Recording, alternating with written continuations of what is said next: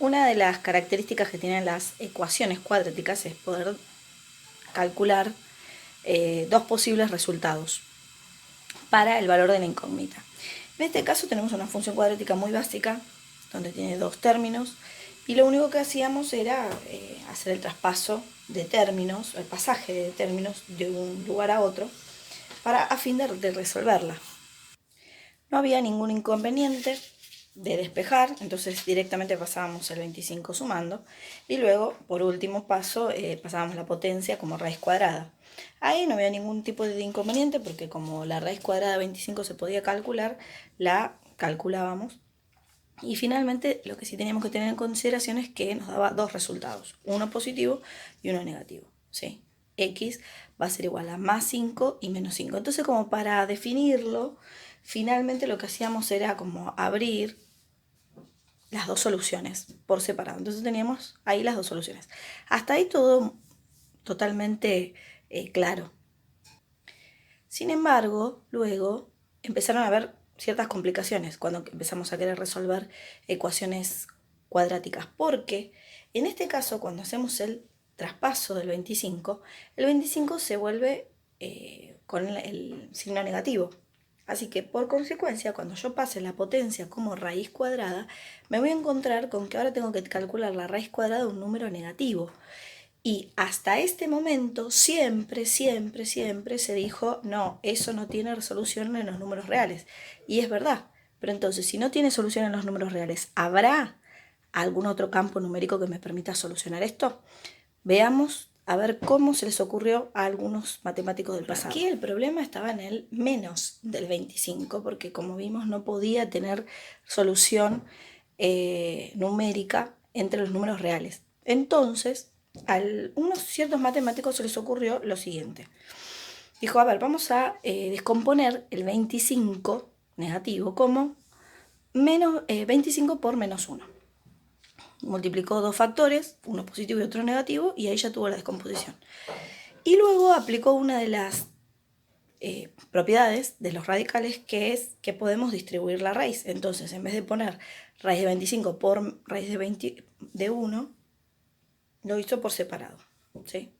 O sea, lo único que hizo fue el símbolo del radical, distribuirlo.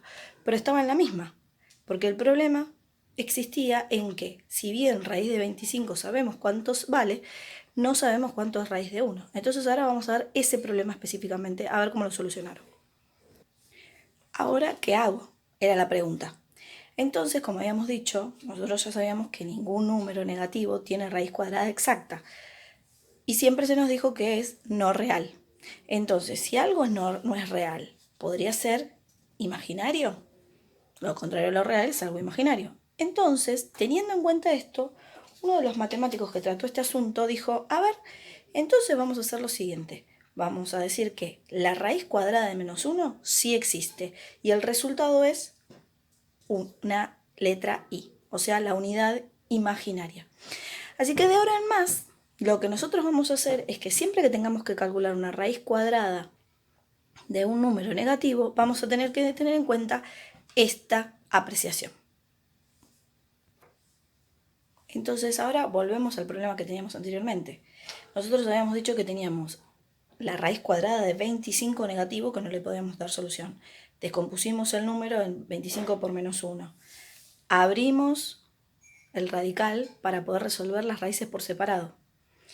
Y eso ahora me permite entonces encontrar que la raíz cuadrada de 25 me da 5 positivo y negativo. Pero también, como por la relación que acabamos de encontrar, de ahora en más, vamos a ver, siempre que calculemos un número, la raíz cuadrada de un número negativo, el resultado va a ser la unidad imaginaria. Así que yo ahí ya tengo la solución.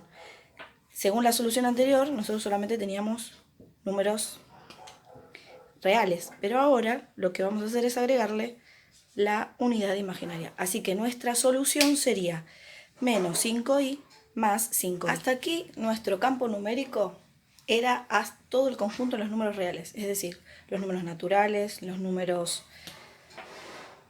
naturales, los números fraccionarios o quebrados o racionales, los números irracionales, que estaban conformados por las raíces que no tenían valor exacto, o por los números trascendentes como pi, como e, ¿sí? Y bueno, todos estos están incluidos aquí, en este conjunto. Pero, como recién acabamos de ver, las unidades imaginarias no estaban incluidas en los números reales porque son números imaginarios. Entonces, los tenemos como un mundo aparte, ¿sí? Sin embargo, estos dos conjuntos se unificaron para finalmente darle origen a un nuevo campo numérico al cual vamos a llamar todo en conjunto números complejos. Los números complejos justamente van a abreviarse con la letra C, conjunto complejo C, y va a tener dos componentes, la parte real y la parte imaginaria.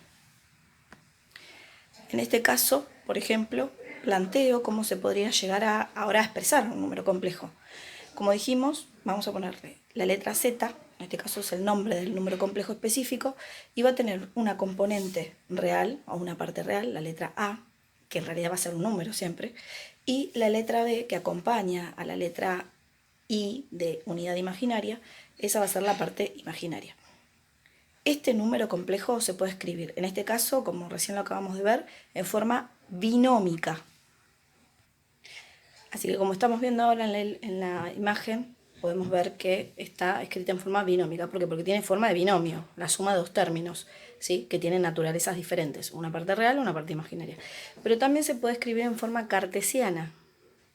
¿Cartesiana qué sería? Bueno, en forma de par ordenado, ¿sí? Por ejemplo, de esta manera. Z es igual a A punto y coma B.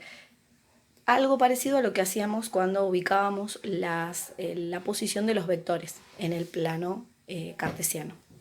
Cuando tenemos que graficar un número complejo, lo que vamos a tener que utilizar es el sistema de coordenadas. ¿Qué tipo de sistema de coordenadas? Ya no se va a llamar más como antes, que lo llamábamos X6, sino que ahora se va a llamar plano complejo. Es decir que los valores de la letra R, de la letra A, que serían la parte real, lo vamos a ubicar sobre el eje X, que ahora lo vamos a llamar reales. Y la componente de la parte imaginaria, la letra B, la vamos a corresponder con respecto al eje imaginario, que en este caso sería el vertical, o ex eje Y. A continuación vamos a ver cómo vamos a subdividir el plano complejo, al igual que hacíamos con el plano cartesiano. Vamos a recordar que cada uno de los cuadrantes tiene nombre, ¿sí? O número. Entonces vamos a recordar, por ejemplo, el primer cuadrante, ¿sí? El segundo cuadrante. Después el tercer cuadrante lo tenemos acá abajo, inferior izquierda, y el cuarto cuadrante. Cada uno de los cuadrantes nos va a permitir ubicar de una manera más precisa cada número complejo que esté definido. Vamos a empezar un ejemplo. Yo voy a empezar con uno de los números, en este caso va a ser 2 más 3i. Lo que me doy cuenta es de que está en el primer cuadrante. ¿Por qué? Porque es 2 de reales y de ahí tengo que subir hasta 3. En ese lugar voy a posicionar el número complejo. Esa es la posición del número complejo. Y ahí lo estoy. Veamos otro ejemplo. Vamos a trabajar con un número complejo, por ejemplo, este que tenemos aquí. Dice 4 menos 2i. Entonces, otra vez, 4 para reales. Y dice que tengo que bajar hasta menos 2i. Así que nuestro número complejo estaría posicionado en el cuarto cuadrante. Veamos un tercer ejemplo. Tengo otro número complejo y las coordenadas de este número complejo dice que son menos 1 en reales, 3 en imaginario. Así que subo hasta 3 y ahí coloco el número complejo. Y en este caso estaría en el segundo cuadrante. El último ejemplo que vamos a utilizar para mostrar la gráfica es el z, que tiene componentes, ambas componentes son negativas. Así que como ambas son negativas van a estar en el tercer cuadrante. Veamos, menos 2 de reales y dice que tengo que ubicarme en menos 1 de ahí. Esa sería la posición del cuarto ejemplo que acabamos de dar. Y que estaría posicionado, como vemos acá en la gráfica, en el tercer cuadrante. Veamos que ahora una de las cosas que teníamos que saber definir es el conjugado de un número complejo. Siempre que nosotros tengamos un binomio, el conjugado de ese binomio va a expresarse con una rayita en realidad, como un pequeño segmento sobre el nombre del número, y lo que va a indicar es que la parte imaginaria va a tener que cambiar su signo. Es decir, que si fuese positivo, como en este caso, quedaría negativo. Si fuese negativo, cambiaría, o sea, el opuesto, positivo. Vamos a ver varios ejemplos para poder saber incluso cómo se grafican y qué es lo que ocurre cuando se grafican estos números complejos y conjugados. Vamos a ver, por ejemplo, qué ocurriría si tuviese este número complejo. El número complejo, como ya vimos, y lo habíamos aprendido a graficar también, es 4 menos 2i, o sea, es decir, 4 en reales menos 2 en imaginario. Entonces lo ubico. Si estamos hablando de que este número es el número original, el conjugado, tendría que ser opuesto. Si este es menos 2, acá tendría que ser el contrario, más 2. Así que sería la misma parte real, pero la parte imaginaria sería contraria. Así que si nos fijamos detenidamente, lo que ocurre es que el eje de x, en este caso de los reales, ahora actúa como un espejo de ambas posiciones. Es decir que, según lo que vemos acá, gráficamente lo que va a ocurrir es que son simétricos con respecto al eje x. El eje x o eje de reales va a actuar como si fuera un espejo de ambas posiciones. Veamos ahora, por último, un último ejemplo de números complejos y sus conjugados, la posición de sus conjugados. En este caso, lo que nosotros vamos a hacer es, otra vez, ubicar el número menos 2 menos 1. Menos 2 menos 1 ya sabemos que estaría allí. Y si, según lo que habíamos dicho, si este es el número, el conjugado va a ser el signo opuesto. Así que si era menos 1, acá va a cambiar a más 1. Así que me posiciono en menos 2 y subo 1. Vuelve a pasar lo mismo que antes. Siempre son simétricos o son como puntos espejos entre sí con respecto al eje de los reales. Una de las cosas que ahora tenemos que ver es qué distancia existe desde el centro de coordenadas hasta la posición del punto que corresponde al número complejo. En este caso vamos a hacer un ejemplo. Vamos a volver a utilizar el que ya habíamos usado, 2 más 3i. ¿Sí? 2 en reales, 3 en imaginario, lo coloco ahí. ¿Sí? La distancia es el menor segmento que une tanto el centro de coordenadas como el punto que identifica al número complejo. Es decir que en este caso yo voy a usar un pequeño segmento color naranja como para posicionar esa distancia. ¿Sí? Así que eso que acabo de ubicar allí es la longitud que hay desde el centro de coordenadas hasta el punto. Nosotros lo llamamos módulo. Para que se vea, en este caso le puse la palabra módulo acá, también como para identificarlo. Así que esto que acabo de marcar en color naranja se lo va a llamar módulo. La pregunta es cómo hago para calcularlo. Bueno, si te pones a prestar un poquito de atención, vas a ver que se visualiza un triángulo que se forma como un triángulo rectángulo, ¿sí?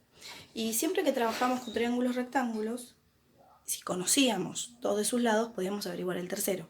En este caso conozco lo que sería la base, que vale 2 unidades, y la altura, que vale 3. Así que lo que conozco es el cateto, ambos catetos.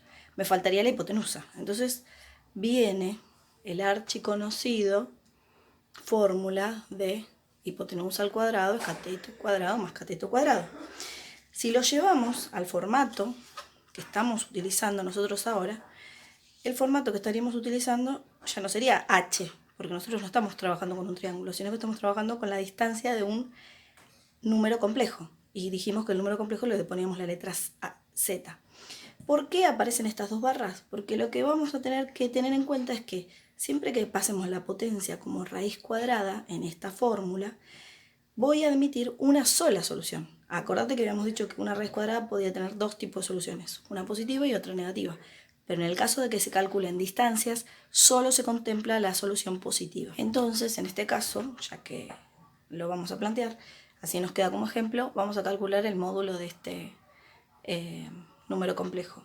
¿Cuánto nos quedaría? Bueno, nos va a quedar la fórmula, dijimos que es exactamente la misma, lo único que hacemos es sustituir los valores. Como a vale, que es la parte real, vale 2, lo ponemos elevado al cuadrado, más b, que vale 3, también elevado al cuadrado. Así que nos queda 2 por 2, 4, más 3 por 3, 9. Sumo, la totalidad nos da raíz de 13. Podemos hacer el cálculo aproximado o dejar el resultado de esta manera exacta. Como dijimos, entonces, si querés calcular de forma aproximada el valor de la raíz, en este caso te va a dar 3,605. Puedes usar varias cantidades decimales o con 12 descubrir el argumento del número complejo con el que estemos trabajando. En la teoría que tenemos, menciona que el argumento es el ángulo que se forma entre el eje positivo de los reales y el módulo, que sería, en este caso, el segmento que definiría la posición del punto, en este caso, en el número complejo 2 más 3i. Si nos fijamos acá, yo voy a sacar el punto, en realidad, este vector que lo estoy moviendo, que tiene origen en el origen de coordenadas, ¿sí? Es como un bracito que empieza desde aquí y empieza a moverse en contra de las agujas del reloj, ¿sí? Y va formando ángulos diferentes, incluso el giro completo. Si recordamos un poquito, cuando nosotros trabajábamos en la primaria y parte de la secundaria, habíamos aprendido la clasificación de los ángulos.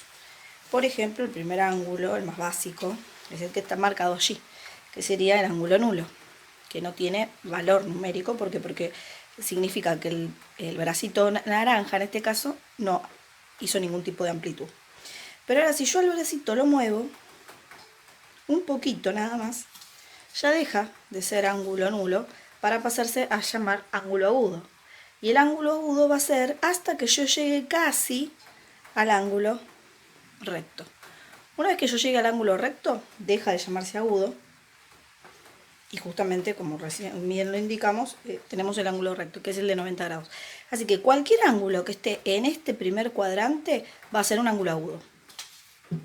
Después, si supero al recto, teníamos que podíamos encontrarnos con un ángulo obtuso. Es decir, que puede tomar cualquier amplitud siempre y cuando nos llegue al final, ¿sí? Así que cualquier ángulo que número complejo que ubique en el segundo cuadrante, su amplitud va a ser un ángulo obtuso.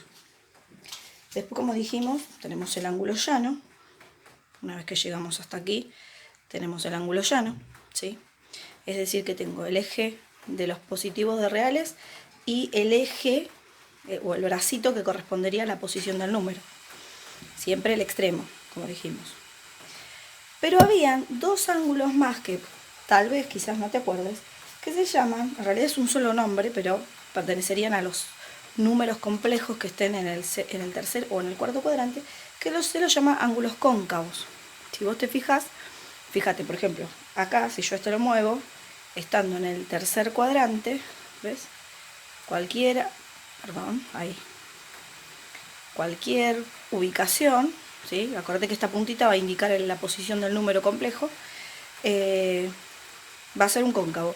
Y si supero los 270 grados, que sería la parte de abajo, también ahí yo tendría un ángulo cóncavo. Fíjate que el ángulo es esto que tenemos acá, o sea, el recorrido que le llevó al brazo naranja, que sería el módulo, a hacer el recorrido empezando desde el eje X positivo. Ahora vamos a ver cómo calcularíamos el argumento que corresponde al número complejo que teníamos de ejemplo cuando veníamos trabajando 2 más 3i. Pues ubico el número, obviamente el módulo corresponde, porque ya lo habíamos calculado anteriormente, y ahora me interesa saber cuánto vale la amplitud. ¿Cómo hago para calcularlo? Bueno, esto es sencillo porque tenemos una fórmula, no hay ninguna ciencia. La fórmula del argumento, que dijimos que es el ángulo que forma el vector con el eje de los positivos de los reales, va a ser la siguiente fórmula que tengo aquí. El ángulo es arco tangente de B sobre A. No hay mucha ciencia, B la tengo, que es este valor, y A lo tengo aquí, que es este valor. Siempre vamos a utilizar los valores con el signo que corresponda. La fórmula ya dijimos que la tenemos aquí, ahora lo que vamos a hacer es ubicar la información. Según la información, tenemos que ponerlo por escrito en algún lugar. Entonces, siempre que tengamos que averiguar el argumento, como es un ángulo, ponemos el símbolo de alfa, es igual a arc, que sería lo mismo que decir arco, tangente de B sobre A. Como B vale 3, puse 3 sobre 2. Y ahora me dice que tengo que ir a la calculadora. Ahora, ¿qué teclas aplico? Aprieto, eso lo vamos a ver ahora en un momento. ¿Cuáles son las teclas que aplico? Bueno, hice como un pequeño dibujo, un esquema de la calculadora. Cualquiera, la mayoría de las calculadoras científicas tienen el mismo formato, así que no hay ninguna ciencia. Yo, como no se alcanza a divisar las letritas, dije, bueno, utilizo colores para cada tecla y cómo vamos a utilizarla. Entonces, por ejemplo, para apretar arco tangente, la calculadora necesito la segunda función de la tangente. La tangente está acá, pero como es arco tangente, es la contraria, por decirlo de alguna manera, primero tengo que apretar Shift, esta tecla, que en este caso está en color amarillo, y la tecla que corresponde a tan. Fíjense que yo en el visor le puse exactamente la misma posición. Después pongo los números que corresponden, 3 dividido 2, y por último el igual. Una vez que aprieto el igual, me voy a encontrar con que me va a dar un resultado decimal, pero yo quiero que me dé un ángulo. Entonces, voy hasta acá y hay una tecla que es la tecla de grados, minutos y segundos, que en este caso la tengo en color verde marcada acá.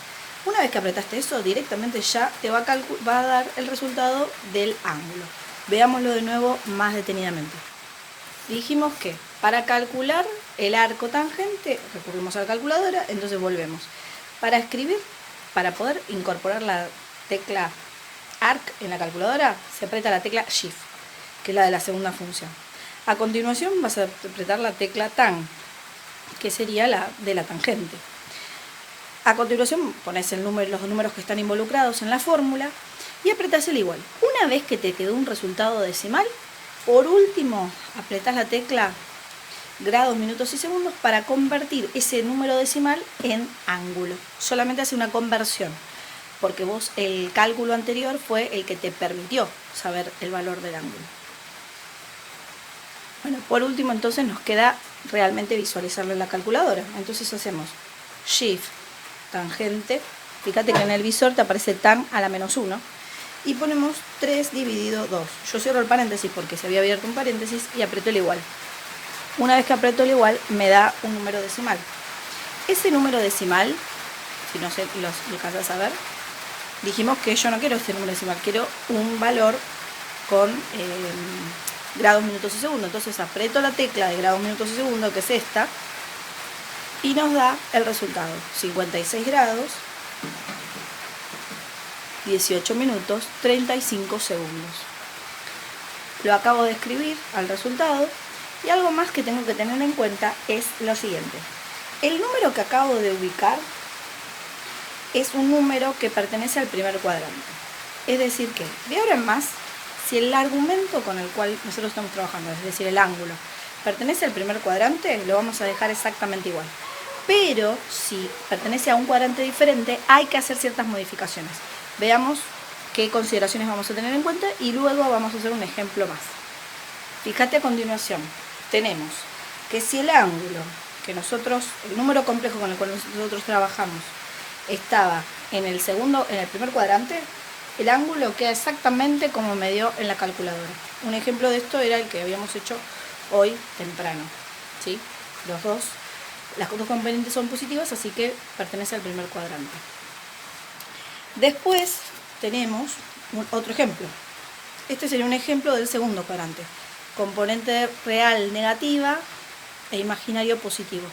Si uso esta componente, el resultado, cuando haga la cuenta, me va a dar un número negativo el ángulo. Entonces lo que voy a hacer es directamente sumarle 180. Al sumarle a un número negativo 180, en realidad voy a estar haciendo una resta. Y me va a dar un ángulo obtuso, que era lo que estaba buscando. Vamos a ver otro caso. Por ejemplo, ¿qué hubiese ocurrido si hubiese tenido un número, a ver, aquí, que sea negativo en reales y negativo en imaginarios? El resultado me va a quedar un ángulo cóncavo dentro de este cuadrante. Cuando ustedes hagan el argumento, el resultado del argumento te va a quedar positivo, pero tiene que ser superior a 180 grados. Así que al sumarle 180 te va a dar un ángulo cóncavo perteneciente al tercer cuadrante. Y por último, tenemos un ángulo, un número complejo, que forme parte del cuarto cuadrante. Es decir, que es positivo en los reales y negativo en los imaginarios. La posición del número va a quedar por acá. El resultado, fíjate que yo te lo puse en rojo, significa que cuando vos hagas la cuenta, el argumento te va a quedar negativo. Pero al sumarle 360 grados, finalmente te va a dar un resultado que pertenezca al cuarto cuadrante. Es decir, por ejemplo, es como si este vector hubiese hecho toda una vuelta, casi llegando hasta el límite que sería 360 grados o el giro completo.